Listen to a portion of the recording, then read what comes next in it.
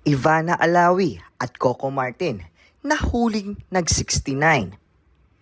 Usap-usapan ngayon sa industriya ang kumakalat na chismis na di umano'y nahuli ng isang staff ng Batang Quiapo na gumagawa ng milagro sa loob ng tent si Ivana at Coco Martin. Dahilan di umano ang tuluyang pag-exit ni Ivana sa nasabing teleserye ay para humupa ang kumakalat na balita.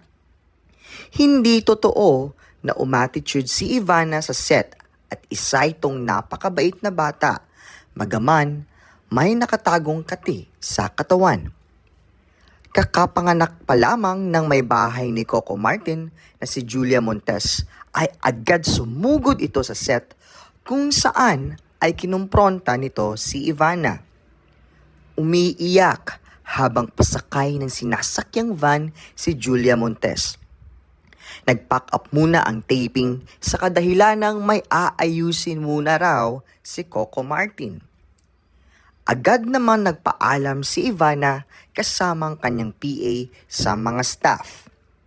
Mga ka-viral, ano ang masasabi nyo rito?